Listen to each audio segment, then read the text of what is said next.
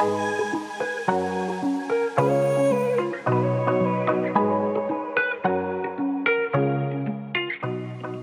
this video, I'm going to take you through some of the top things to do in Tenerife, and all of these activities are available as shore experiences with P&O Cruises Fly Canaries. One of the Canary Islands, Tenerife, is of course famous for its year-round sunshine, its lovely beaches and its fun nightlife, but Tenerife is also so much more than that. If you venture just a little bit away from Las Americas and Los Cristianos, you will be treated to UNESCO World Heritage Sites. We have Mount Teide, which is Spain's highest mountain, the biosphere and national parks. I'm going to be spending the next few days exploring Tenerife and I can't wait to show you guys. So this afternoon we are getting on board this absolutely spectacular catamaran behind me for a spot of lunch and also some whale watching. And in Tenerife you are pretty much guaranteed to be able to see pilot whales and bottlenose dolphins, and if you're really lucky, even a humpback whale or a blue whale. So this activity is an absolute must for any animal lovers.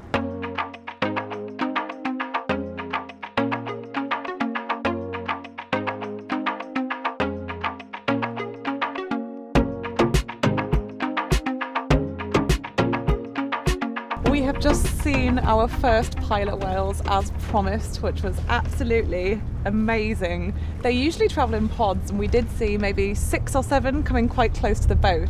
And Tenerife was actually nominated as Europe's first whale heritage location, which means it's a protected area. And apparently the whales actually come to Tenerife for similar reasons to people. It's the year-round sunshine and the warm waters.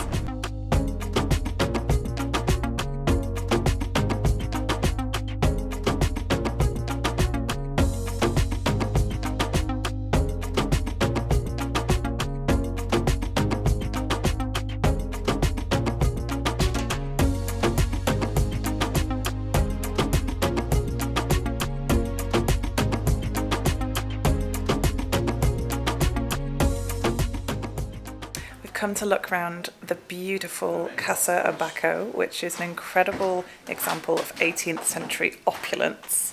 A lot of the building work here features Canarian pine, which has been used A, because it looks so lovely, and B, because it's supposedly one of the most durable types of wood. Even the garden feels opulent. It's absolutely gorgeous. There's a pool just over there, surrounded by multicoloured flowers. There's palm trees, views of the ocean. It's a very lovely place. They actually hold quite a lot of weddings here, and it's obvious why, because it feels very romantic.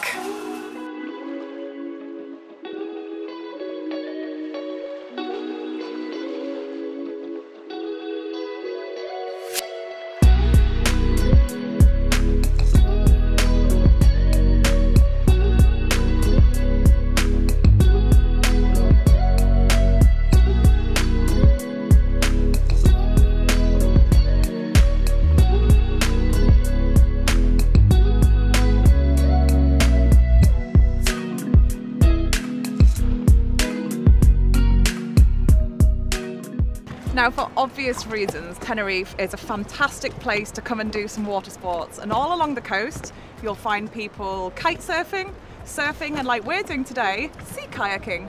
So we've come along to Acantilados de los Gigantes, and this is an absolutely spectacular place to come and one of the best ways to see the cliffs.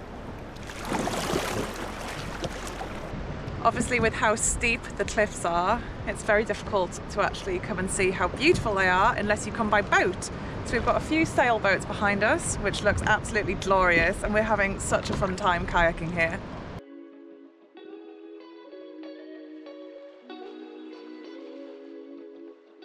This morning I'm taking a walk around the UNESCO World Heritage Site and town of La Laguna.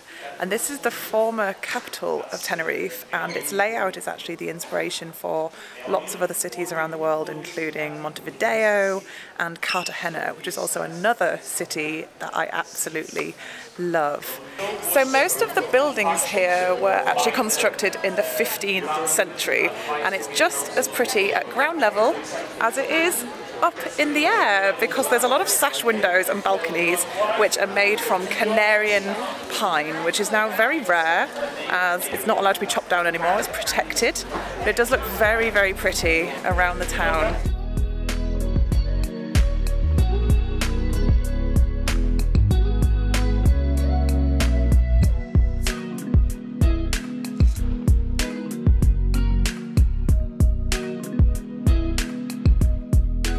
It's a really lovely town to just have a wander around and take in the architecture, or like a lot of people are doing in this square, sit and have a coffee and a pastry, especially in front of Catedral San Cristobal de la Laguna, which is the main cathedral here.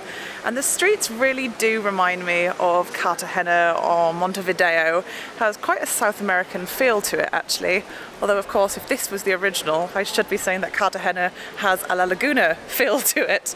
We have come down to Las Terrasitas Beach, which is absolutely glorious.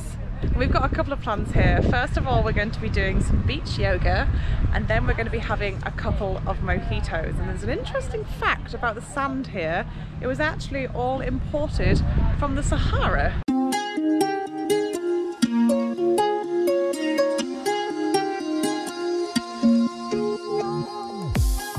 Even if you haven't tried yoga before, the backdrop of Las Terrasitas Beach makes this a really good fun activity. It's also a lovely place to come and have some sundowners.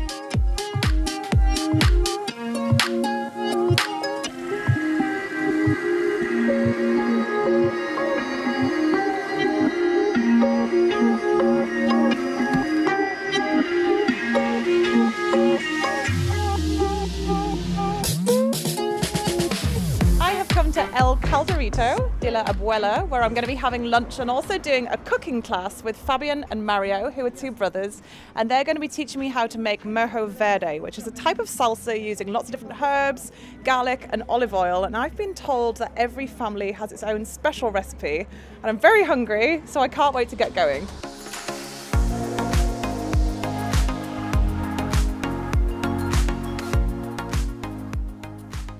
I absolutely loved the Mojo Verde cooking class, and if you're a foodie, this is a must-do, especially when it's all accompanied by lots of delicious Canarian wine.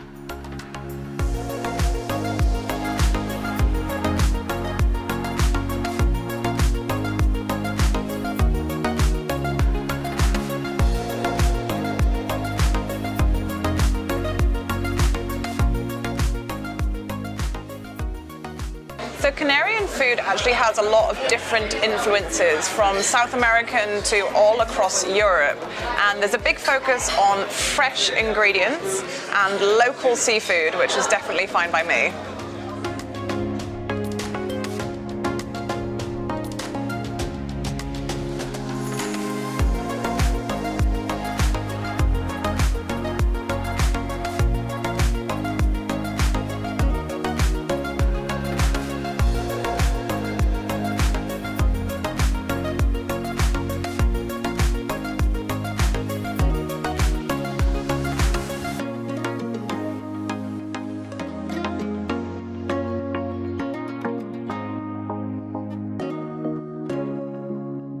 We have come to an area in Teide National Park which is known as the Moon for very obvious reasons. The landscape here is incredibly rocky, and it's actually been featured in a lot of different films, including Clash of the Titans most recently, and it's also been used to test the Mars rover because the landscape is fairly similar to that of Mars. And we had the most magnificent drive up here. We've come up above the clouds. It's absolutely beautiful and still actually quite warm with the sun on us. I have had an absolutely epic time in Tenerife with P&O Cruises, taking part in some of their shore experiences. Every time I come to the island, it completely blows me away, as there is something for every type of traveller, whether you're after adventure and action, culture, nature or food. There's something for everybody, and it's certainly a place I'll be coming back to.